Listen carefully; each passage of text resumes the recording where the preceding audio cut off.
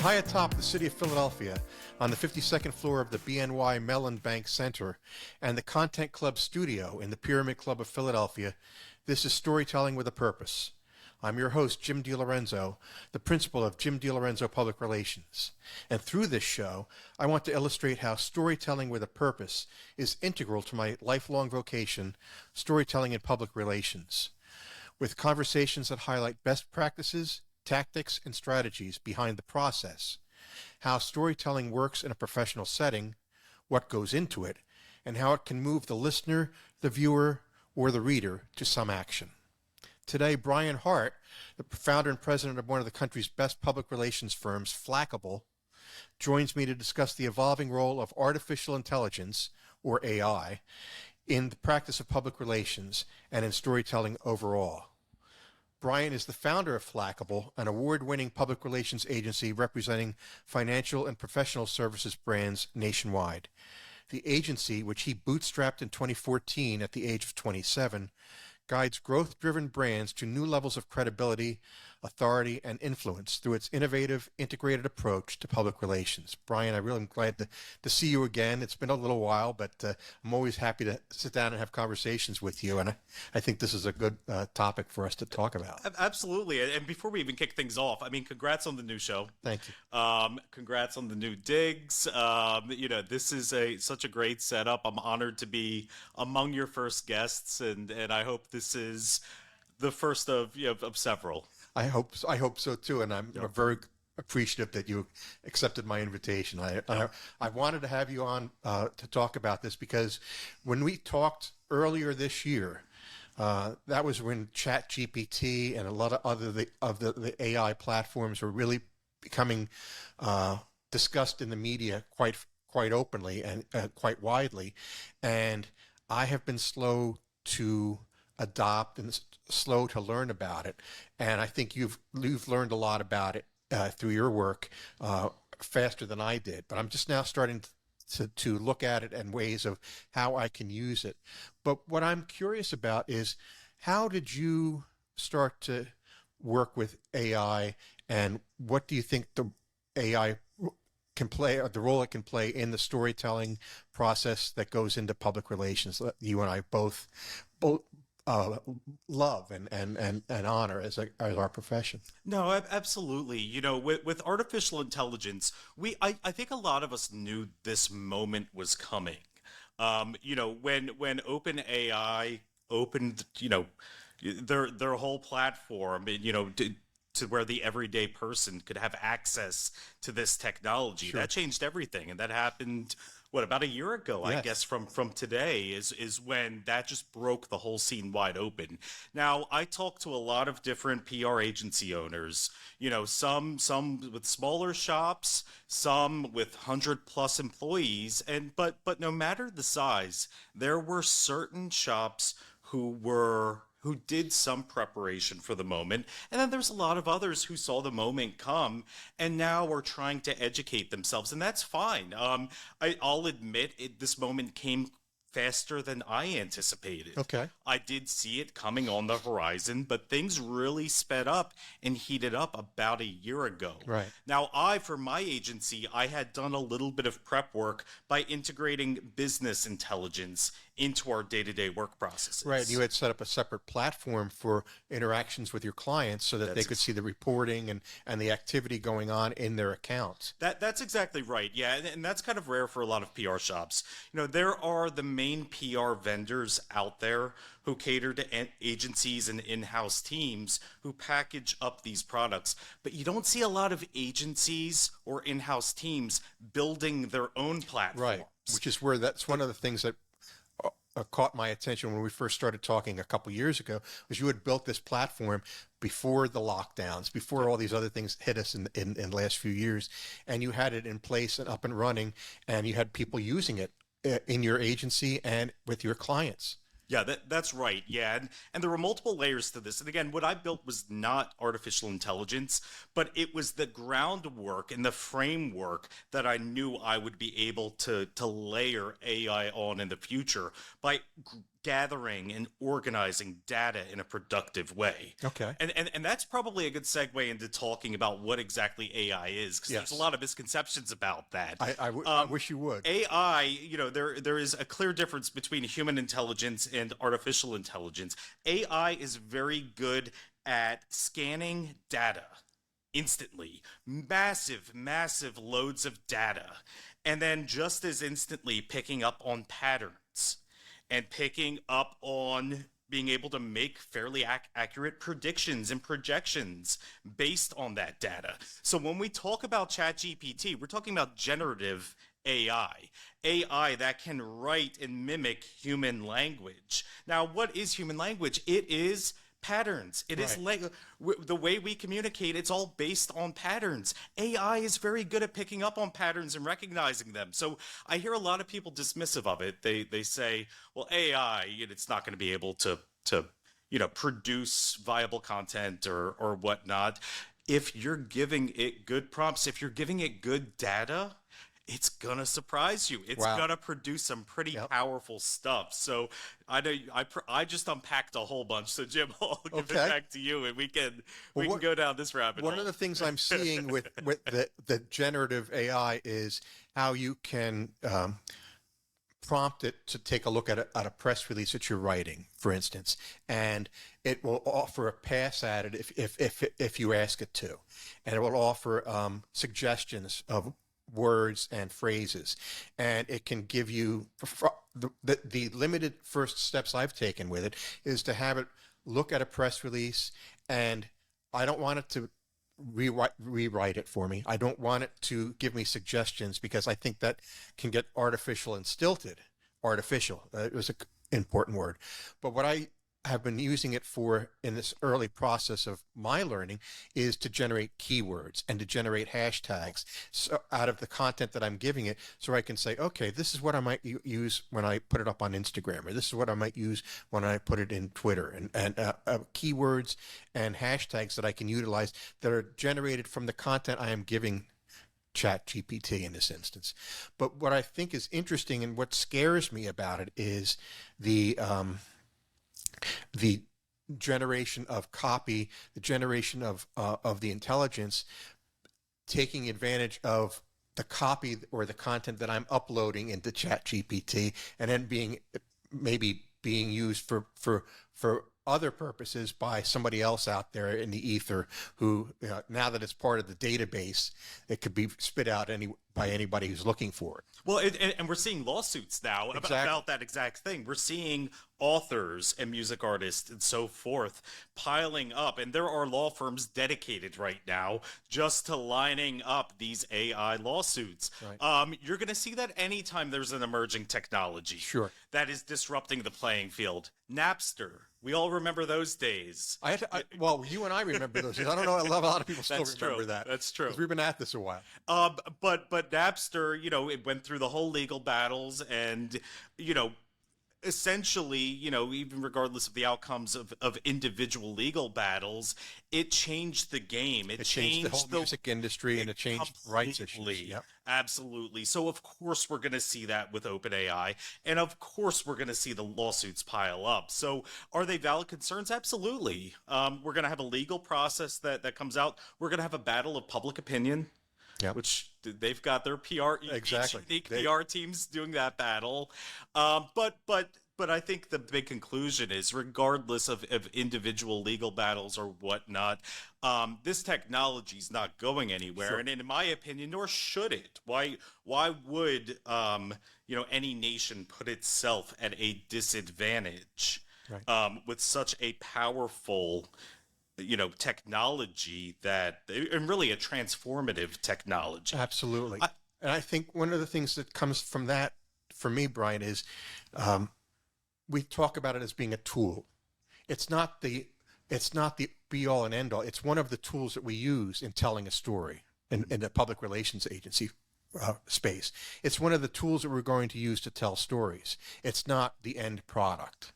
And I think a lot of people are losing sight of that right now. They're thinking, okay, we're just going to load stuff up into ChatGPT or OpenAI, and we're going to correctly prompt the software or the program to come up with what I am going to take verbatim and use in my storytelling.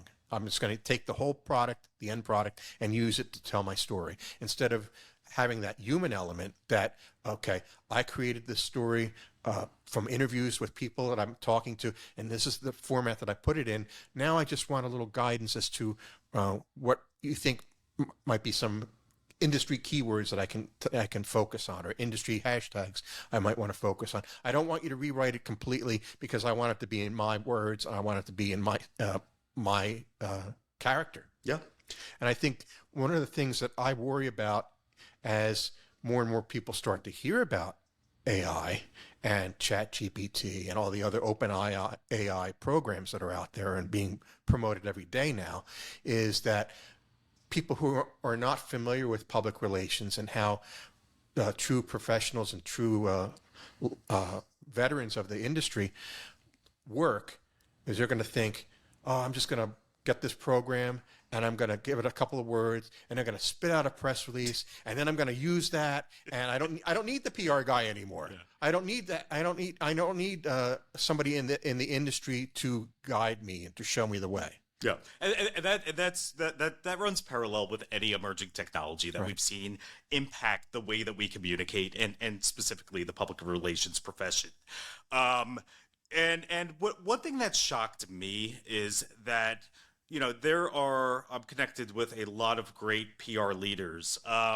There are PR leaders who have really educated themselves and have found ways to integrate this technology into their practices the right way. Sure. There are some who know they need to know more and are maybe dabbling, but are really hungry to learn because they recognize the significance of this time and the integration of this technology into, you know, various, not just PR technologies, but I mean, this technology is starting to get integrated into email and the way that we find things on the internet and everything else. You can't opt out of AI if you use technology, because every technologies of all forms, especially communications technologies, are all rapidly adapting this and building it into how they operate and function. Opting out of AI, that's like a business trying to opt out of IT. Yeah, you can't opt out. I mean, unless you're. You're right. And you know, I look back on my own career when I was at Villanova University in the athletic department, and I was doing the public relations for the athletic teams, college athletic teams. In about 1993 was the first time they introduced voicemail to the campus. And I was upset at voicemail because I had a great volume of calls every day. Back in that period of time, the telephone was the primary way that we got in touch with each other, especially the sports writers and the newscasters. The telephone in 1993 was the be-all and end-all. We didn't really know email yet. We didn't really know all these other things. So to have them come in with voicemail on campus and tell me that I need to let my secretary go because they were not going to need those pink slips anymore with while you were out messages, and I would get like a stack of them every day. That kind of opened my eyes to wait, technology is changing the way I work.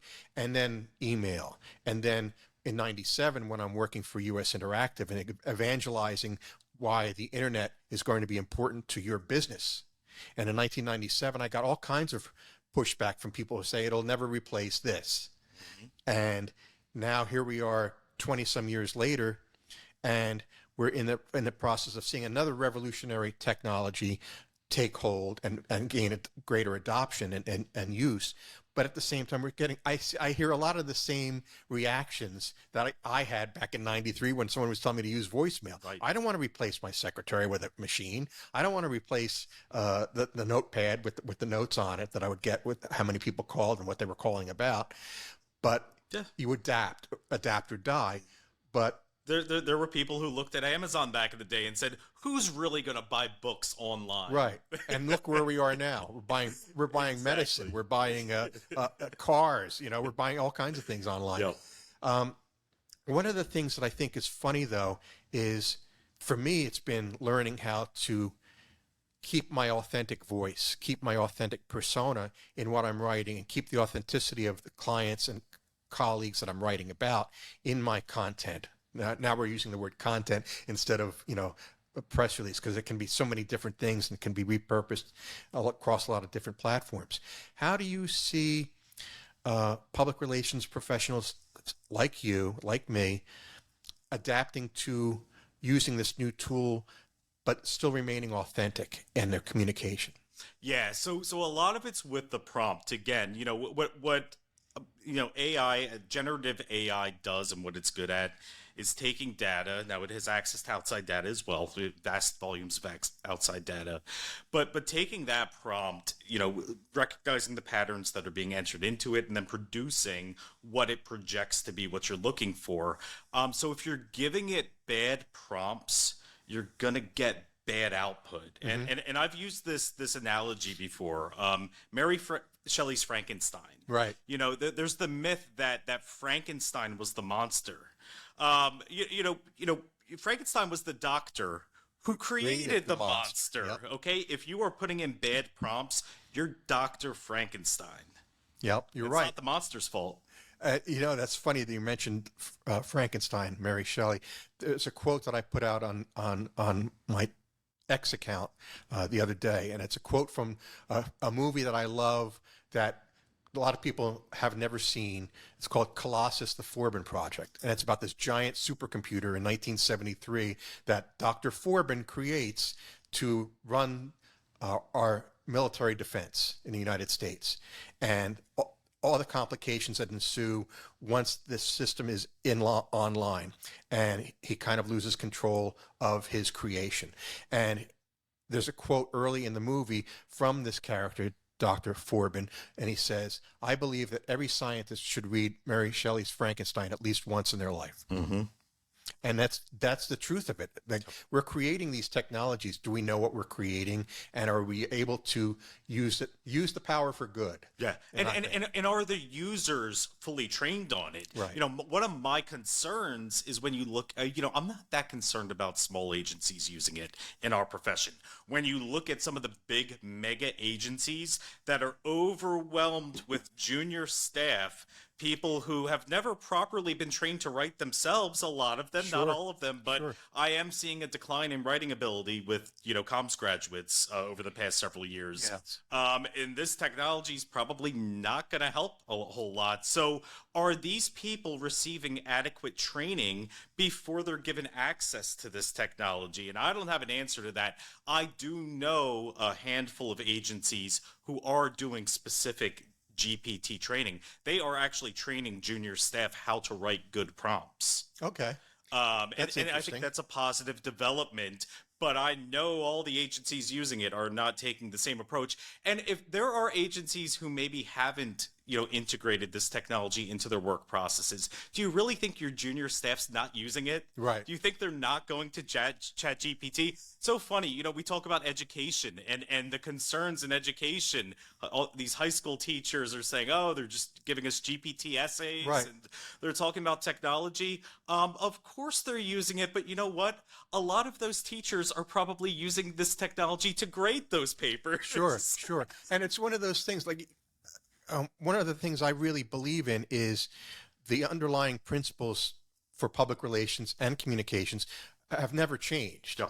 It's just the toolboxes that we use, the techniques and the technology and the tactics that we use that are evolving.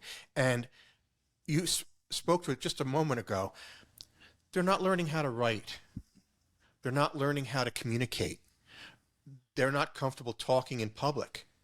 I saw someone the other day on a TV broadcast who admitted that she's uncomfortable talking on the phone. It makes her nervous. Well, gee whiz, how can you not talk on a phone? You're a communications professional. Right. Now, of course, you and I both know that younger communications professionals hate the phone because they'd rather text you, or they'd rather leave a voicemail, or they'd rather send you an email, or they'd rather not communicate with you at all. A lot of younger professionals in the public relations and the communications sector are content to sit behind a desk and pound the keyboard or use their text messaging to communicate. And I understand that those are great tools, and I have used them myself, but I don't limit myself to those things. As we were talking about earlier today, I love going out and meeting people one-on-one or in a group. I love to network. I love to get out from behind my desk and meet people, and I try to do that every single day. And one of the things that the lockdown kind of took from people like me was that ability to interact with people in a real setting, in an outdoor setting, indoor setting, in a unsheltered environment. You know, I was okay for most of 2020 to get on Zoom and do calls and connect with people that way because everybody was doing that. Sure. And we needed to be there. Okay. I understood that and I adapted, and I still utilize Zoom to a great extent for my clients who are not within driving distance of where I am today. However, that doesn't mean you shouldn't just limit yourself to those things. There are storytelling techniques, there are principles, there are underlying mores or methods that are dependent upon the written word, the spoken word. And even as much as we adapt to AI, that's not going away. Do you see, when you're talking to some of the other PR agencies and the leaders of those agencies, do you see the struggle that they're having with younger communications professionals in getting out there and learning how to write and having a solid background in the written word before they go out there and start working on a client's behalf? Oh yeah, absolutely. And the communication gap that we're seeing now is absolutely becoming generational. You know, and yes, you know, the shutdowns and that whole period, you know, that it's you know, now that we're a few years removed, it's so crazy to think back at how life was. Yep. We actually The before lived times. like that. It went through that. But here we are, you know, we're you know, hopefully, you know, over that hump. But yeah, I mean, folks like me and you, we were ready to get back to communicating face to face. Now, a lot of these younger folks who already had underdeveloped communication skills and already preferred being sheltered off and building barriers to communications, even folks who study communications and wanted to pursue careers in communications. Now, you know, that period that they went through, just like we all did, reinforced those sheltered traits. Sure. So yes, I do think we are looking at a big drop off when it comes to being rounded communications professionals. You're going to find a lot more seasoned people who meet those skills and qualities than you are with some of the upcoming junior staff because of what they went through. Sure. I think the junior staff is going to have a harder time working their way up the ladder because a lot of them don't have those rounded communications abilities. Right. And I think one of the things that I've always emphasized when I'm meeting with a client or a prospect for the first time is that something that I felt a lot of people, even before the lockdowns, were losing track of. And that's the two words: public relations. In the public, relating to people. And people were content to just send emails. People were content to just post on Twitter, now X, on Facebook, on LinkedIn. They were content to just put those messages out there with no follow-up, with no how can we talk about this as one-to-one or to a group. And that completely aligns with what we just talked about with that communication skills gap. I am seeing with some of the newer professionals in this field, they are much more task-oriented. Okay.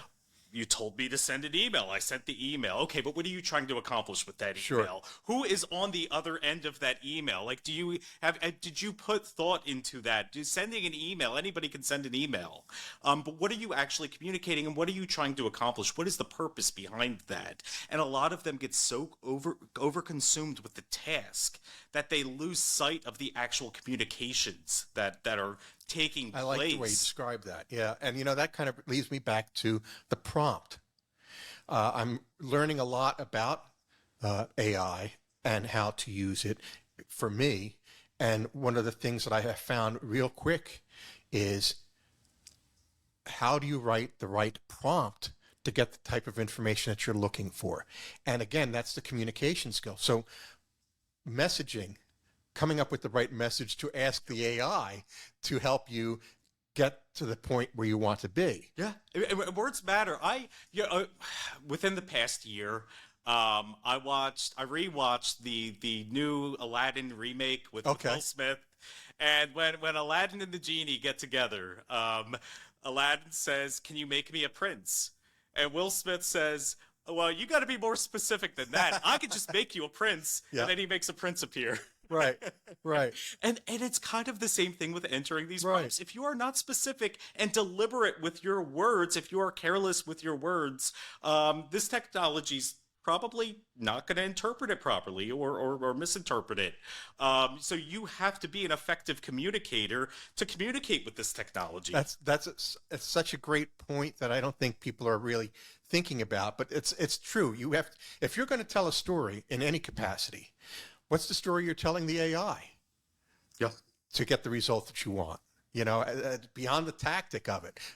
The underlying point of the exercise, why you're doing this, what is the end product, what is the end goal, and then knowing that the other thing that I think is important to that, Brian, is knowing that the end product that comes out of AI is not the end product you're going to share with the world. Right. You need to make sure that whatever you created through AI reflects genuine input by you as the storyteller and perhaps your client on whose behalf you're telling the story. Mm-hmm. And that's something that I'm worried about. And I don't know if we've seen this, but I am seeing communications professionals churning out copy and sending it to me to look at. And I can tell right away that it's not their own work. Yeah. It is something that was generated. I'm working on a project right now that I know for a fact that this person used ChatGPT to write all the copy. Oh, absolutely. And I could tell right away. There are dead giveaways. Yep. In conclusion, yes, yeah. I mean, there are a lot of tells in the in the AI product. Totally. And there's wonky language. I mean, some of those tells too are because there's a lot of bad writing out there on the internet and whatnot. Exactly. So they are taking, some of the best of human writing and squashing that together with some of the worst of it, because we've all been on the internet. It goes into the blender. There is misinformation that this technology is pulling from. When it doesn't know the answer, sometimes it hallucinates. Yeah. And will just make something up. If you don't have a human brain, if you don't have a competent human reviewing the output, if you're just passing it on to the media or passing it on to a client or putting it out on social without a competent human reviewing it, you're setting yourself up for trouble. You shouldn't even be in the communications field if you're doing that. Absolutely. And we all need good editors. Yep. And I understand how people are using it to edit their copy, especially if you're a solo practitioner. But at the same time, what it edits the copy to, you need to take another look at it to make sure it represents you. Yep. And what you're going to share with the world. One of the other things that I think is interesting about AI, and maybe we'll use this as our departure point, but what AI does and how the copy that's input doesn't replace good writing. It doesn't replace good storytelling. And I often tell clients, and I often tell students when I'm addressing them, to go back and start reading things. Read, actual novels. Read actual books. Read more than just a blog post, and try to emulate some writers out there that you admire. I was talking with Chris Branscombe on an earlier episode, and we talked about writers like David Mamet or James Elroy, or there's a number of different writers that I follow and that I enjoy reading their work. But somebody out there must have read F. Scott Fitzgerald at some time in their life, or Ernest Hemingway, or even Octavia Butler, or somebody of another generation. But I'm a big believer in liberal arts education. because I was a product of liberal arts education, and I read a lot every day. Yep. And I see things in the media that when I read them out loud, I laugh because it's like, who wrote this? Yep. Or I see a broadcaster saying something on the air, and I said, didn't they read the card correctly, or did they read the card correctly? You know, you see misspellings and chyrons and things like that on TV, and you hear things on the radio, and you say to yourself, this person never learned the language. Yep. And I'll expand on that too. You know, with generative AI, it's pulling from massive language data, you know, to construct what its output. It's taking your prompt and your output. What it doesn't have access to are truly unique experiences and ideas that have never been published yet. Sure. Every human, any human writer, you know, that is what you bring to it. And I talk to my clients about this. Listen, we love good anecdotes now more than ever because of all the dross that lazy communicators are putting together. Exactly. People who are misusing the technology are not incorporating that. Those are the pieces that end in conclusion. Dead giveaway.